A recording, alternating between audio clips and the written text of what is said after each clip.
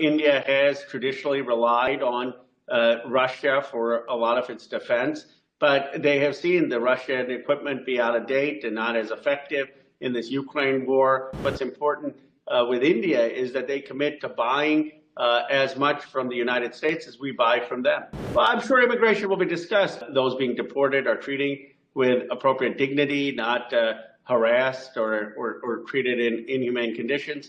Do you see a rise in anti-India sentiment under the Trump administration? Well, I was very disappointed that the Trump administration chose to rehire someone who had said that we should normalize Indian hate.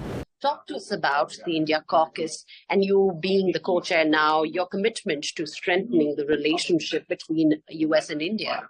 Well, it's my second term as co-chair. I'm very proud what we accomplished last time, taking the India Caucus to record numbers of members, over 140 members in the caucus. I hope to grow it even further this time. The relationship is strong around mutual defense interests, around a commitment to renewable energy, around a commitment to the responsible development of AI, and of course, a lot of Indian students come to our universities. It's a great export for America, and we have benefited from Indian immigration in the country. Talk to us about the big meeting. Prime Minister Modi will be meeting with President Trump here in DC. The talks are expected to shape the trajectory, or should we say, setting the new chapter in the India-US relationship, or the next chapter. How do you see the meeting play out in terms of deliverables, and what can we expect from this meeting? Well, it's a commitment that the U.S.-India relationship is bipartisan. It doesn't depend on a single president. My hope is that he will pick up on the work that President Biden did to deepen the military relationship and cooperation.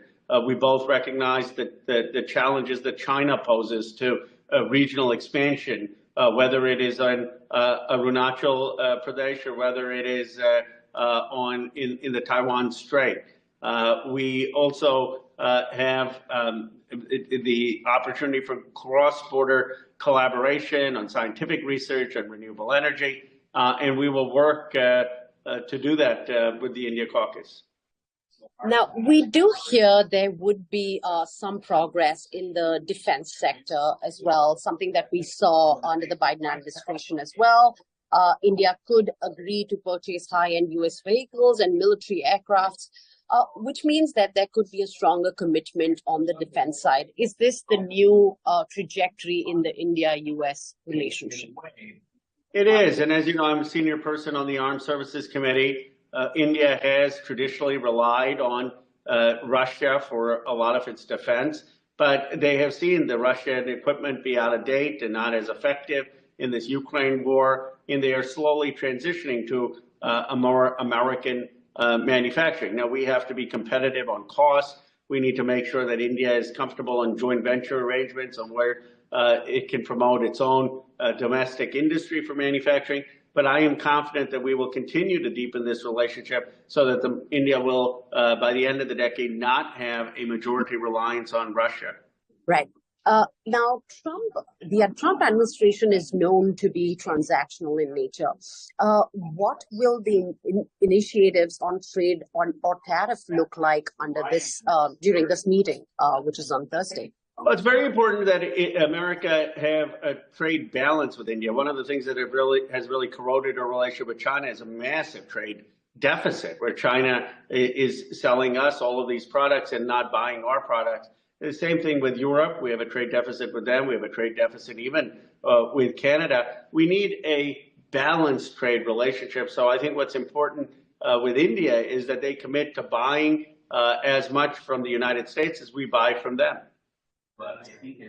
Now, the upcoming meeting does sound like there will be focus on trade, defense cooperation, and technology, but has this been overshadowed somewhere by the recent deportations of Indians from the U.S. Recently? And, you know, this is just a number that we began with, many more to come, maybe.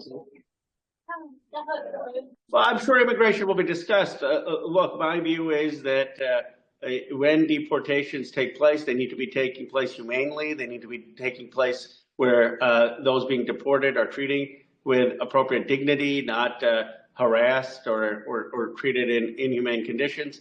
And of course, the people coming to the United States need to follow the law and come legally. And so that's what I hope will get resolved.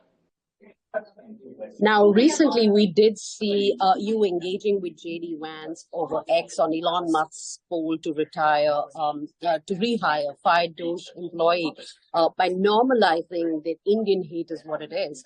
Do you see a rise in anti-India sentiment under the Trump administration?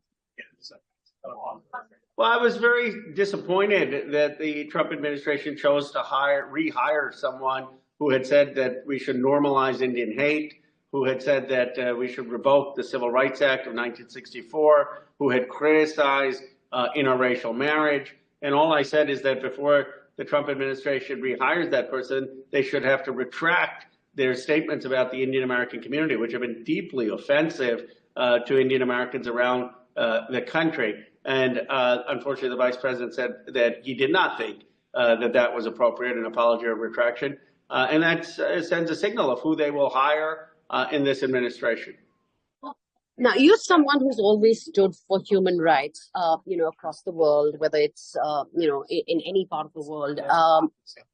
Talk to us about your impression about the situation in Bangladesh, especially the plight of Hindus there. Well, I had the opportunity to speak with Prime Minister Muhammad Yunus.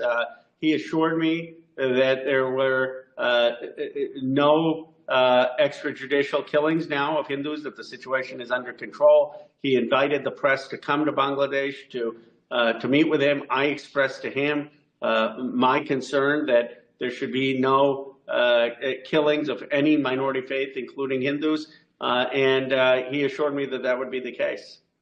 My last question, Ro, how do you think that the political engagement will continue between Washington and New Delhi? And how will the U.S.-India strategic partnership and economic ties evolve under the Trump administration? Do you have any recommendations for this administration?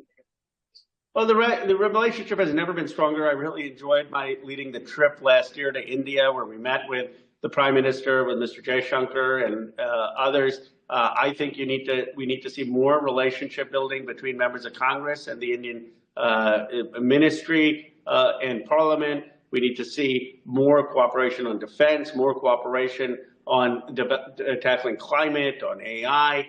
But this relationship is very, very strong, stronger than it has ever been in my 48 years. And I am hopeful it will continue in that direction.